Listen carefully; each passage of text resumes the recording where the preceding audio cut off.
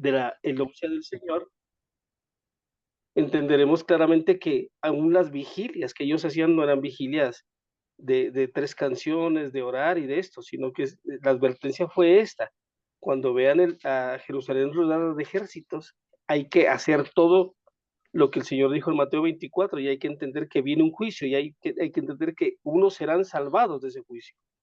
Así que el apóstol Pablo nos enseña entonces en Romanos capítulo 2, versículo del 5 al 12, quiénes son las personas que atesoran la ira. Y en Romanos capítulo 9, versículo del 20 al 23, habló de dos tipos de vasos, perdón, que son los vasos de honra y los vasos de ira. Permítame, lo leemos Sí, en Romanos capítulo 9, versículo 20 al 23. Dice la palabra del Señor así. Dice así: mas antes, oh hombre, ¿quién eres tú para que alterques con Dios? Dirá el vaso de barro al que lo formó: ¿por qué tú me has hecho así? ¿O no tiene potestad el alfarero sobre el barro para hacer de la misma masa un barro para honra y otro para deshonra? ¿Y qué, si Dios, queriendo mostrar su ira y hacer notorio su poder, soportó con mucha paciencia los vasos de ira preparados para la destrucción? Mire claramente quiénes son los vasos de ira y quiénes son los vasos de misericordia. Los vasos de ira, todos aquellos que rechazaron esta salvación, este evangelio, y aquellos que son los vasos de misericordia, porque Pablo tenía que enseñarles que en ese juicio iban a caer los que habían despreciado, pues, este evangelio. Entonces, destrucción para los vasos de ira y gloria para los vasos de misericordia. ¿Quién fue la masa del molde en las manos del alfarero? Claramente fue el pueblo de Israel. Entonces, fue esta nación de Israel la del primer siglo, que para los vasos de misericordia, en primera de Pedro, capítulo 1, versículo 9, Pedro escribe este pasaje aluciendo lo que va a suceder. Y dice: obteniendo el fin de vuestra fe en la salvación de vuestras almas. ¿Y de qué salvación habló? Claro, corría el año 65 de su carta a los expatriados y les habló de la salvación, que en Hebreos 9:28, ¿se acuerdan? La segunda vez para salvar a los que lo esperan. Entonces, ¿qué esperaban ellos? Esperaban lo que dice en Primera de Tesalonicenses 1:10, un juicio de parte de Dios. Y quiero leerlo con ustedes, amado, Primera de Tesalonicenses 1:10, que dice así: y esperar de los cielos a su Hijo, el cual resucitó de los muertos, a Jesús, quien nos libra de la ira venidera. Entonces, nota, hay que entender, amados, que en el Nuevo Testamento hay dos salvaciones: la salvación por el pecado y la salvación de la ira en ese juicio del año 70. permítame, Para pastor. entender, sí, señor, Miren qué importante poder unir lo que acaba de decir el pastor, las dos salvaciones. Estas dos salvaciones tienen que ver con la parucia. Recuerda que la aparición del rey era para gracia o para juicio. Y aquí ves en la salvación pues una por gracia y la otra salvación del juicio. Quería aportar ese pedacito, pastor. Siga. sí, mi paso, porque esto es lo que no les queda claro a la gente. Y eso es lo que hay que entender, mis amados. Una salvación vivió el pueblo de Israel con Jesús, y otra salvación vivió los discípulos cuando predican el Evangelio del Reino, incluido el mensaje del juicio, que es la salvación que ellos están predicando. Yo quiero llevarlos a ustedes a que, si alguno de nosotros pudiera ser parte de lo que mandó el Señor Jesús a predicar, ¿qué íbamos a predicar ahí? A todos había que advertirles que venía un juicio.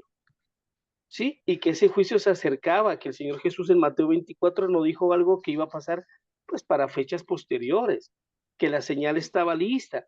Y eso fue lo que ellos predicaron con el Evangelio del Reino. Mire, no se olvide, el Evangelio del Reino fue predicado durante esos 33 años, ¿sí? Hasta el año 70 más, 37 años, perdón, ¿sí? Hasta el año 70. Ese fue el mensaje que el apóstol Pablo, el mensaje que los discípulos, que Juan, que Santiago, que todos, ahí es donde usted entiende, amados, que aún inclusive el libro de Santiago es un libro que habla para que las tribus que están en dispersión entiendan que va a llegar la salvación, y va a llegar también pues la fuerza para soportar las pruebas y todo lo que hemos estudiado pues con respecto a esta destrucción.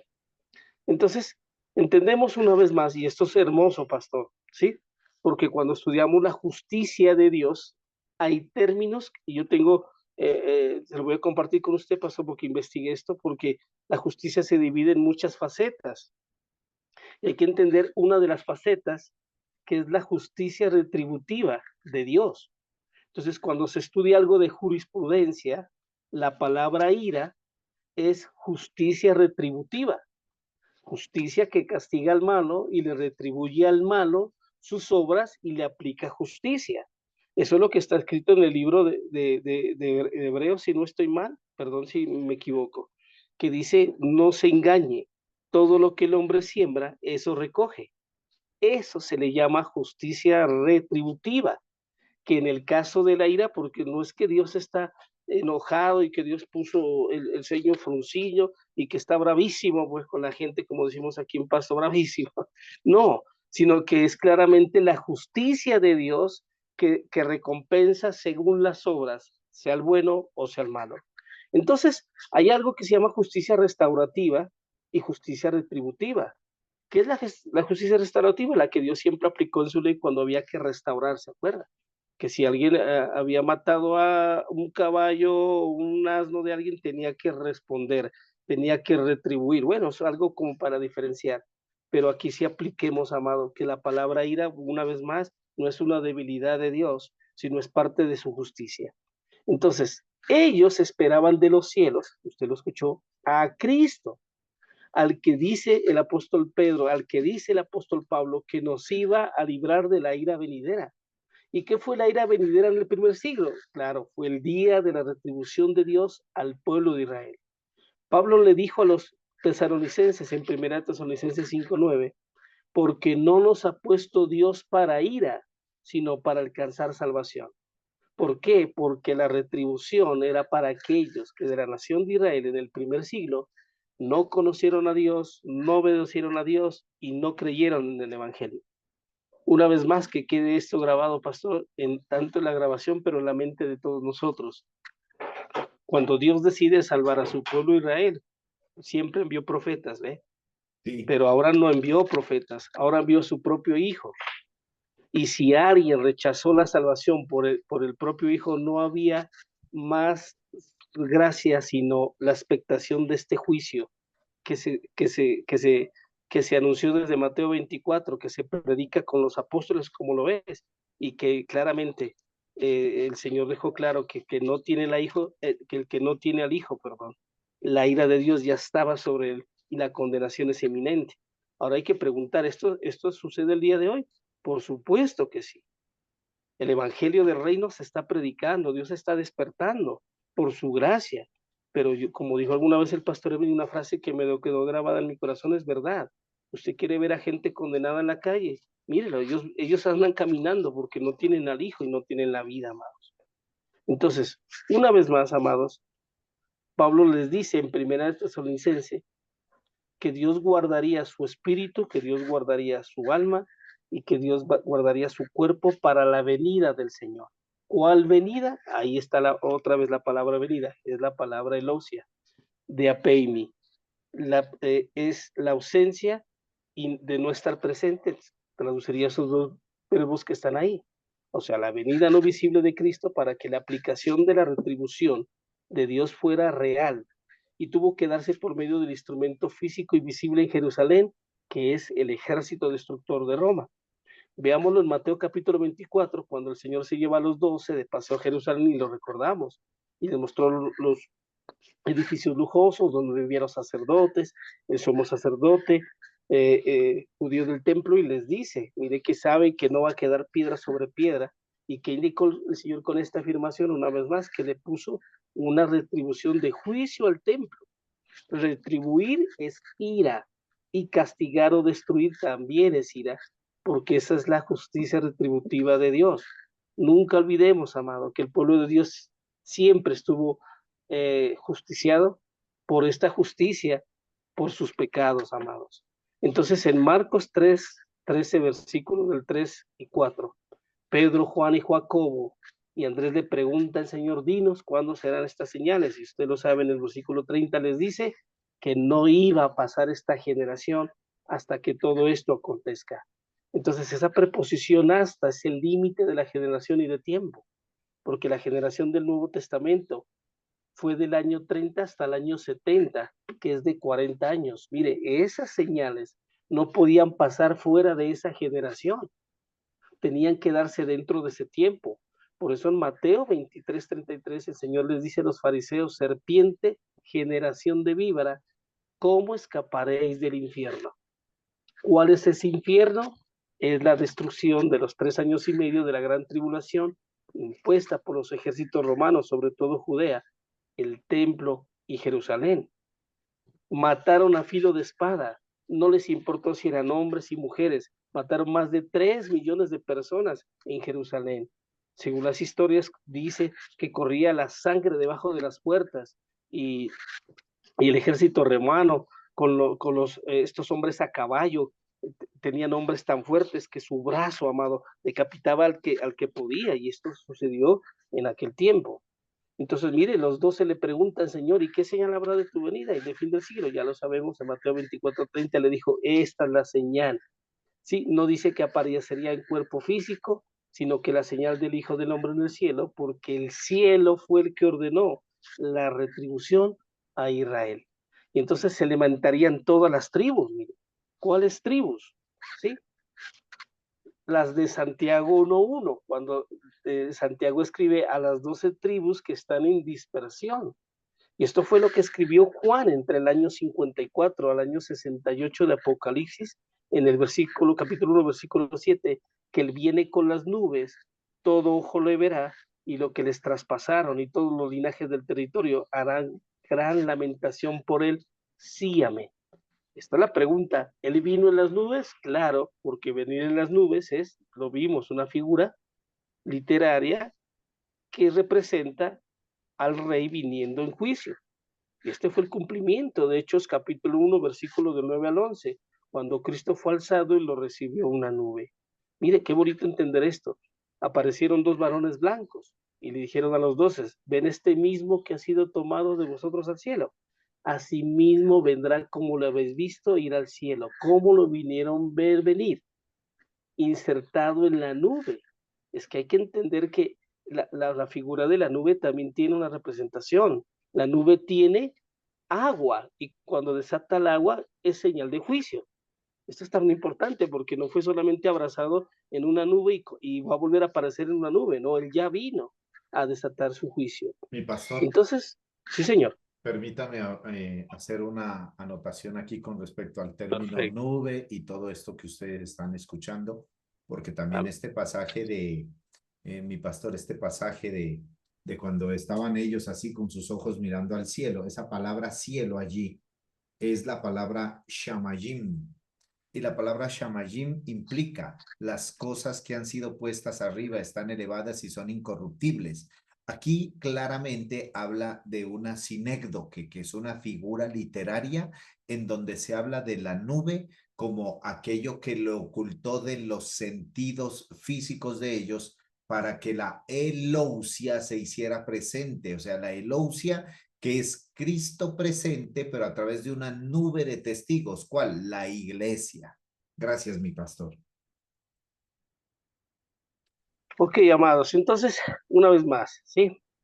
Le dijeron a los 12, los 2 varones: este mismo Señor que has visto, que ha sido tomado de vosotros al cielo, así vendrá, como le habéis visto ir al cielo. ¿Cómo le vieron venir? Insentado en la nube. Y él vendría con la nube para que todo ojo de la nación de Israel lo debiera venir. ¿Y cómo vino? Vino pues con la señal. ¿Y cuál fue esa señal? Cuando vieres a Jerusalén rodeada de ejércitos, sabed que su destrucción ha llegado. Claramente los discípulos sabían que esa era la señal. ¿Cuál es la señal? El ejército. O sea, señal ejército, no había otra señal. Y Entre Lucas nubes, 21, nubes de gente, pastor. Ejército, nubes de gente. Nubes de gente exactamente. contra Israel. Por eso también recuerden que en lo que leímos del capítulo 24 que decía, cuando veáis a Jerusalén ser hollada y pisoteada de gentes, de ejércitos, de nubes. Sí, señor. Y para terminar, en Lucas capítulo 21, versículo 20, el Señor les dijo la principal señal. Y en el versículo 8 les dijo: mirad que no seas engañados, porque el tiempo ya está cerca. En el versículo 19, con paciencia ganaréis vuestras almas. que es vuestras vidas. Ahí es donde aparece ese pasaje famoso que dice, el que persevera hasta el fin será salvo. ¿Y de qué salvación? De la que acabamos de ver, ¿sí? Esta señal, todas las tribus harían lamentación por el templo. ¿A qué se va el muro de los lamentos el día de hoy? Al lamento y a la oración y el deseo de un nuevo templo, ¿sí? Es lo que vemos que quedó de todo lo que era eh, el templo de Jerusalén. Y cada persona que va a lamentarse se lamenta porque hoy el día de hoy no tienen un templo. Y cada vez que el judío está en el muro está cumpliendo la profecía y recordando que fue destruido por causa de haberse negado a aceptar la salvación. Mis amados, es todo lo que hay en esta noche. Muchas gracias a mi pastor y quedamos, pues, si alguien tiene alguna duda para poder resolverles acá. Por Un favor, si abrazo. hay alguna pregunta, alguna inquietud, Alvarito, Luzmari, Yoli, Sonia. No, me quedó bien claro cómo está. Buenas noches, Pastor Oscar. Buenas noches a todos. Pero como dicen, el que persevera hasta el fin, este será salvo. Imagínense, era del juicio que había venido. Eso no lo había Sí, visto Exactamente. así. Señor, el fin de la era, el fin del juicio, el fin. ¿Se acuerda del fin? ¿Y cuál será la señal del fin? El fin es Aión, es la era. Entonces, ¿por qué el Señor les dijo que perseveraban hasta el fin? Es que cabe notar dos cosas, mi pastor. Hay que entender que el Espíritu Santo en Hechos capítulo 2 vino para que ellos sean testigos, ¿sí?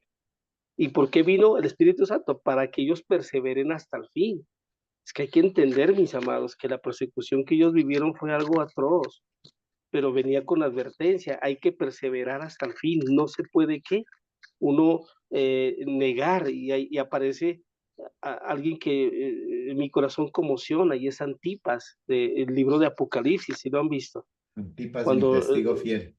oh, sí señor, y la historia dice que Antipas en la plaza de Roma, cuando él estaba con los discípulos, vino César y todos se hincaron y se arrodillaron para hacerle el ave César, pero Antipas no se arrodilló.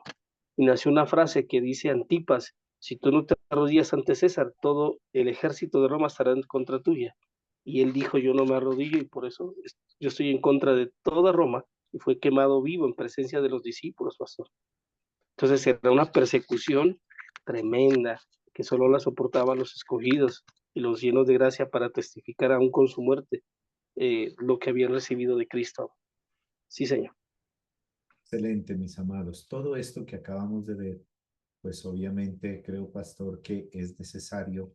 No sé si lo agendamos de una vez, porque recordemos que estamos hablando de la dimensión profética del pacto eterno.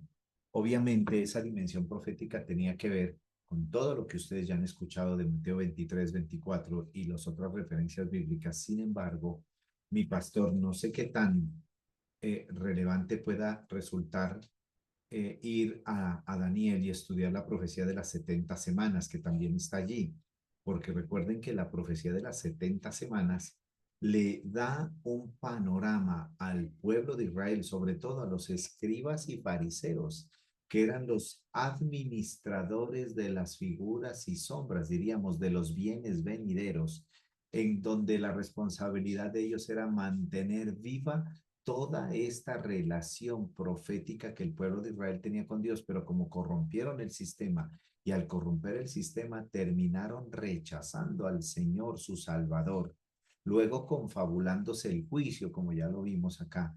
Entonces mi pastor, para concatenar esto y enlazar esto con Daniel, no sé si en lo que usted ha ya presentado a los otros cursos, a los otros estudiantes, el orden que sigue es de las 70 semanas o cuál es el tema que nos compete continuar para la próxima semana, pastor. Sí, mi pastor, le hablaba a usted de que hay 14 figuras para la parusia. Sí, Sí, y hay que estudiarlas, ¿sí? ese tema. Entonces, pero si usted gusta, pastor, si quiere devolvernos a las 70 semanas, porque sí estudiamos un poquito aquí de las 70 semanas, sí, Sí, pero le fue algo dimos, bien, bien sencillo. aunque, Si usted, ajá, aunque yo tengo un estudio de todo el libro de Daniel al dedo, versículo a versículo, que dura 3 meses ese estudio, Pero era para preguntarle a usted en consideración pues de lo que estamos hablando. Entonces creo que seguimos con las figuras de la aparición, de la parusia, que creo que es el tema que está ahí flotando todavía en nuestra mente, en nuestro espíritu, porque, amados, recuerden que el tema de la parusia, lo que degeneró en todo ello, el mal entendimiento de ello, rapto, segunda venida, gran tribulación, arrebatamiento y todas las frases sinónimas que han creado un mundo, porque eso es lo perverso, es que al repetir unas cosas que no son correctas en los creyentes, en la iglesia de 1700 años hace, se creó un mundo que no existe. Están algunos esperando, mis amados, que la gran tribulación, están esperando los 4 jinetes del Apocalipsis, están esperando, bueno, todo esto del Apocalipsis, cuando eso ya se cumplió, los 4 jinetes ya cabalgaron y pisotearon Jerusalén, las copas de la ira ya se derramaron sobre toda Galilea, las 7 trompetas ya sonaron, los 7 sellos fueron abiertos, ya se abrió la tierra y salieron los escorpiones con cabeza de león y alas de dragón. Bueno, todas esas figuras que vemos en Apocalipsis, porque también tenemos otro estudio, amados, muy preciso de Apocalipsis que lo veremos más adelante. Entonces, mi pastor, por sugerencia suya, seguiremos el orden que usted diga. Sí, sí, mi pastor, pienso que hay que ver las figuras de la Eleusia y después de eso tenemos que ver el término que usó usted, pastor, porque hay que definir lo que es infierno y ahí está todo el estudio de esto también, pastor, y que hemos Perfecto. podido ahondar mucho en dónde fue que se concibió la idea y bueno, Sí, todo esto, sí, pastor. ahí Entonces, estamos prestos. Ya tengo adelantado un poquito del tema con Jolly y los hermanos de Connecticut, que les he hecho pues algunas puntadas con respecto al tema del infierno, diablo y todo esto, pero sí, sí señor. estamos como en la línea, amados. Entonces, bueno, Ujú. ahí seguimos el próximo jueves con las figuras de la Eleusia, entonces, para que estemos muy atentos. ¿Habrá alguna pregunta adicional antes de despedirnos y dar por finalizada esta sesión, amados? ¿Alguien desea acotar algo, anotar algo, comentar algo? De todas maneras, ustedes saben que pueden hacerme la pregunta ahí vía WhatsApp o en el grupo. Siéntanse en absoluta y total confianza ahí en el grupo de liderazgo estratégico de compartir sus preguntas con toda confianza. Ustedes saben que no hay pregunta mala ni pregunta necia. Todas las preguntas son válidas y son bienvenidas y son dignas de responder. Entonces, bueno, mis amados. Les deseo una feliz noche a todos. Gracias por estar allí.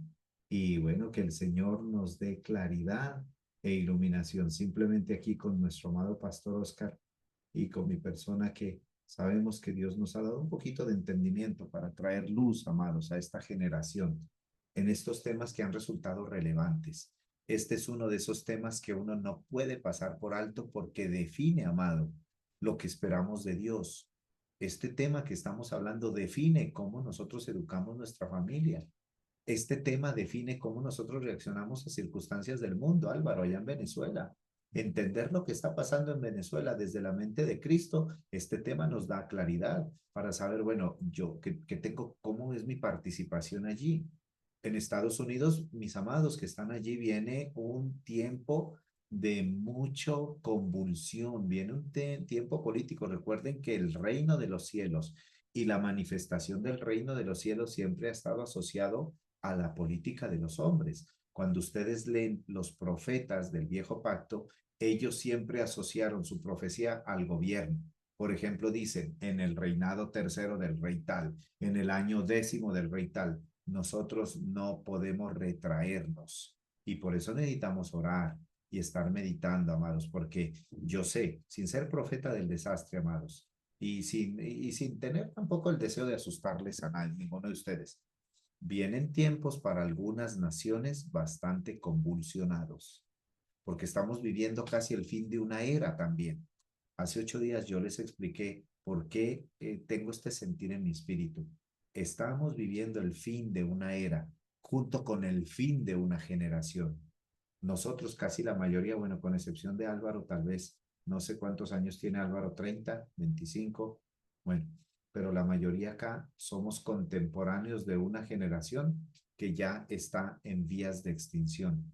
El fin de nuestra generación va a marcar el fin de una era también, junto con todo lo que estamos viendo de los movimientos que hay en el mundo, amados. El fin de todo, una serie de temas análogos, tema que, bueno, en otro momento podremos explicar también. Así que, mis amados, bueno, la paz del Señor siempre en nuestro corazón, la bendición del Señor siempre en nosotros, y recordemos que gracias a la iluminación del entendimiento, nosotros hoy podemos disfrutar de una fe adecuada al mundo en el que vivimos. La fe que tenemos, la fe que manifestamos como virtud de Dios, es la fe que Dios quiere que tengamos para el mundo de hoy. Así que feliz noche para todos, mis amados. Gracia y paz del Señor Jesucristo. Les espero mañana a las 7 de la mañana para una nueva meditación espiritual, ¿ok? 7 allá, pero 8 nosotros. Buenas noches, pastor. Buenas noches, Buenas mi Buenas querida noches, noches, Pastor Yoli Irving. Reyes. Buenas noches, Pastor Oscar. Buenas noches a todos. Un abrazo a todos, igualmente.